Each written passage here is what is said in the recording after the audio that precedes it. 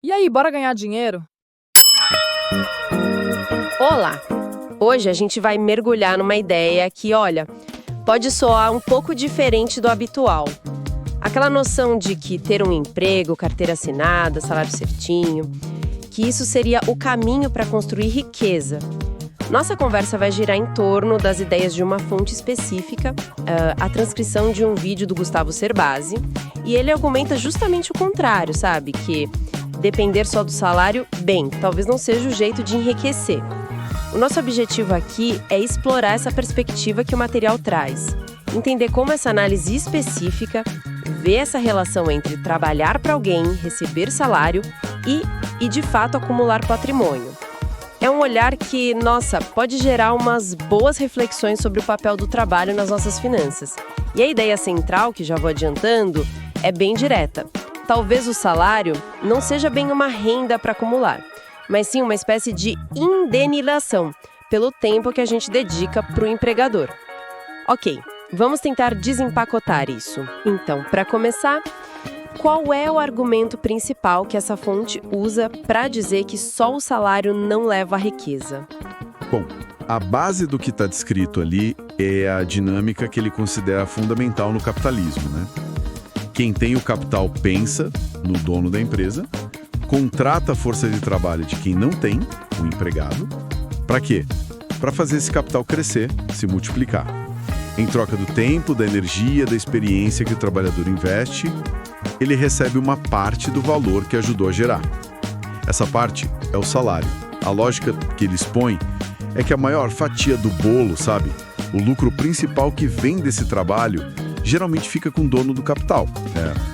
Essa é uma leitura bem direta mesmo dessa relação capital-trabalho. E o que me chama a atenção na forma como o Cerbasi coloca isso, pelo que entendi do material, é a ênfase que ele dá no que descreve como uma certa falta de reflexão da maioria dos assalariados sobre essa estrutura toda. A fonte sugere que muita gente entra no emprego, recebe o salário, paga as contas, e o ciclo vai se repetindo, sem uma análise mais, digamos, profunda dessa troca. E como essa falta de análise na visão dele acaba levando a um ciclo de dependência. Exatamente por aí que ele vai. A fonte descreve um cenário onde a pessoa meio que se acostuma com aquele fluxo de caixa mensal, sabe? O salário entra e já tem destino certo. Aluguel, supermercado, transporte, talvez a parcela de alguma coisa. E frequentemente, segundo essa análise, gasta-se tudo ou quase tudo. Isso cria o que a fonte chama de uma armadilha, né? A pessoa fica presa na necessidade do próximo pagamento para manter o padrão de vida, mesmo que seja um padrão modesto. Fica difícil nesse modelo que ele descreve sobrar algum recurso para construir algo próprio, para investir, para acumular de verdade. A dependência do salário seguinte vira norma. Faz todo sentido dentro da lógica que ele apresenta. Se a pessoa não questiona essa estrutura ou não busca alternativas ativamente, ela pode ficar nesse ciclo por, anos, décadas, né? E imagino que é nesse ponto que entra aquele conceito mais forte que você mencionou lá no início, o de salário como indenização. Como exatamente a fonte desenvolve essa ideia? Qual é a lógica por trás de usar uma palavra tão carregada como indenização? Pois é, a palavra tem um peso, né? E é aqui que a perspectiva da fonte fica bem interessante mesmo. A lógica para usar a indenização é que o salário, nessa visão específica, não seria um pagamento pelo valor do trabalho em si, ou um reconhecimento da contribuição para o sucesso do negócio, tipo uma participação nos lucros, sabe? Seria, na verdade, mais uma compensação, um ressarcimento pelo bem mais precioso que o trabalhador entrega, o tempo de vida dele. Um tempo que, enquanto está sendo dedicado para gerar riqueza para o empregador, não está sendo usado para gerar riqueza para si mesmo, ou para outras coisas que a pessoa valoriza, tipo estar com a família, cuidar da saúde, estudar algo que aumente o próprio potencial de ganho futuro ou simplesmente ter lazer, descanso. É como se fosse o custo de oportunidade do tempo sendo indenizado. Entendi. Nossa, é uma reinterpretação forte mesmo do significado do salário. Tira um pouco daquela ideia mais glamurosa, talvez, de recompensa e coloca numa perspectiva mais crua, né? De troca de tempo por dinheiro. onde o tempo é visto como esse recurso finito que não volta mais. E se a gente adota essa lente que a fonte propõe, de ver o salário principalmente como essa compensação pelo tempo vendido a um projeto de enriquecimento de outra pessoa, quais são as consequências práticas que ele aponta? Além dessa dependência que a gente já comentou, o que mais essa visão implica para a vida financeira das pessoas, segundo o material? A fonte detalha algumas consequências bem diretas. Primeiro, essa dependência financeira crônica. Ela dificulta demais a capacidade de poupar e investir. Poxa, se o dinheiro mal dá para as contas do mês, como é que vai separar para construir o futuro, né? Segundo, isso acaba levando a um ciclo onde a pessoa trabalha muito, por muitos anos, mas sem construir um patrimônio que seja realmente significativo. E a consequência mais dura que o material aponta vem lá na frente, na aposentadoria. Sem um patrimônio próprio gerando renda, a pessoa fica dependendo do INSS ou de uma previdência privada que, olha, muitas vezes resulta num padrão de vida bem mais baixo do que ela tinha enquanto trabalhava. A fonte meio que pinta um quadro onde essa trajetória é bastante comum para quem vive só de salário. Esse ponto da aposentadoria é realmente crítico. Mostra bem o resultado de longo prazo dessa dinâmica toda que ele descreve. Mas a análise do Serbasi, pelo que eu entendi, não fica só nesse diagnóstico mais pessimista, certo? Ele aponta caminhos, soluções. Qual seria a alternativa que ele propõe para quem quer escapar desse ciclo de dependência do salário e eventualmente construir alguma riqueza? Sim, a fonte dedica bastante espaço para isso também. A saída que ele propõe é clara, a necessidade de construir um patrimônio pessoal. E o que seria esse patrimônio? Basicamente, um conjunto de ativos. E aqui ativo significa bens ou investimentos que têm potencial de gerar mais dinheiro, sabe? Tipo, imóveis para alugar, ações de empresas que pagam dividendos, títulos públicos ou privados que rendem juros, ou até mesmo um negócio próprio. Mas olha que interessante, a visão apresentada não descarta o emprego, não. Pelo contrário, o emprego é visto como fundamental, mas com um propósito bem específico. Ser a fonte inicial de recursos, o ponto de partida. Ah, entendi. Então não é uma rejeição total do trabalho assalariado. É mais uma redefinição do papel estratégico dele na vida financeira da pessoa. Exato. O emprego fornece o capital inicial.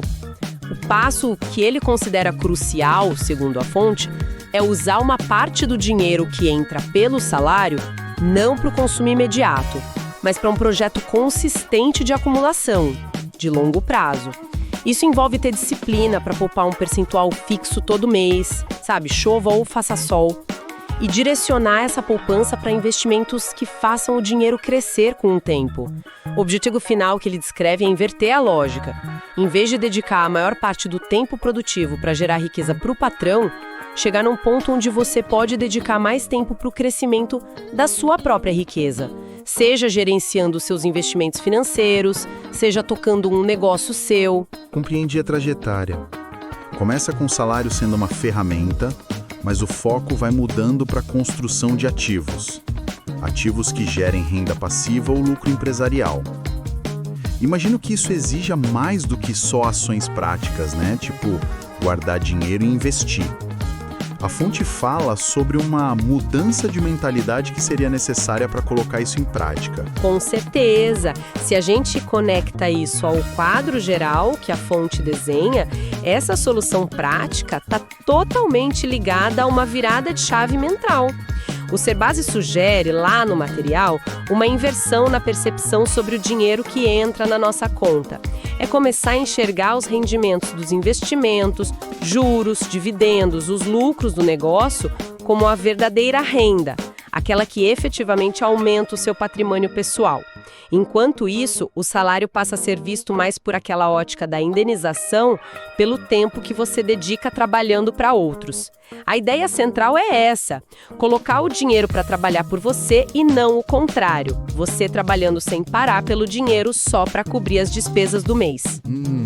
Essa distinção entre renda real, que vem dos ativos, e indenização, que vem do salário, é realmente poderosa para essa mudança de perspectiva.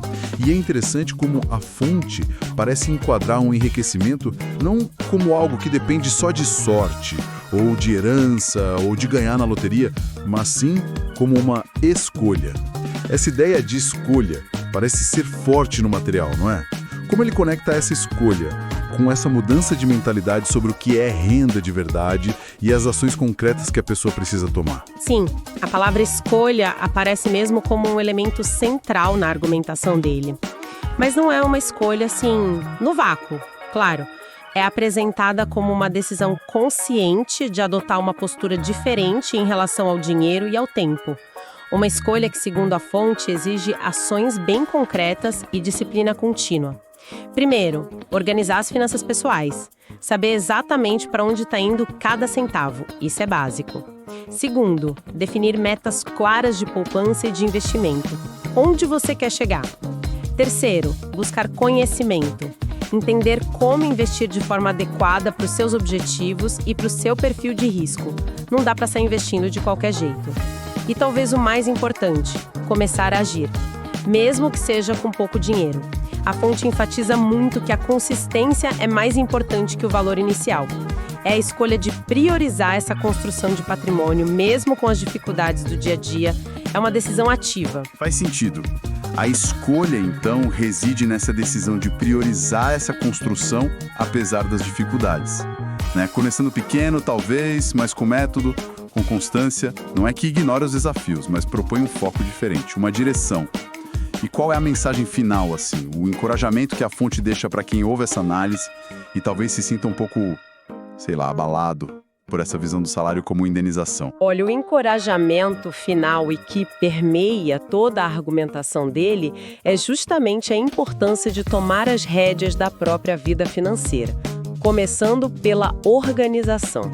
A mensagem central é reforçada várias vezes.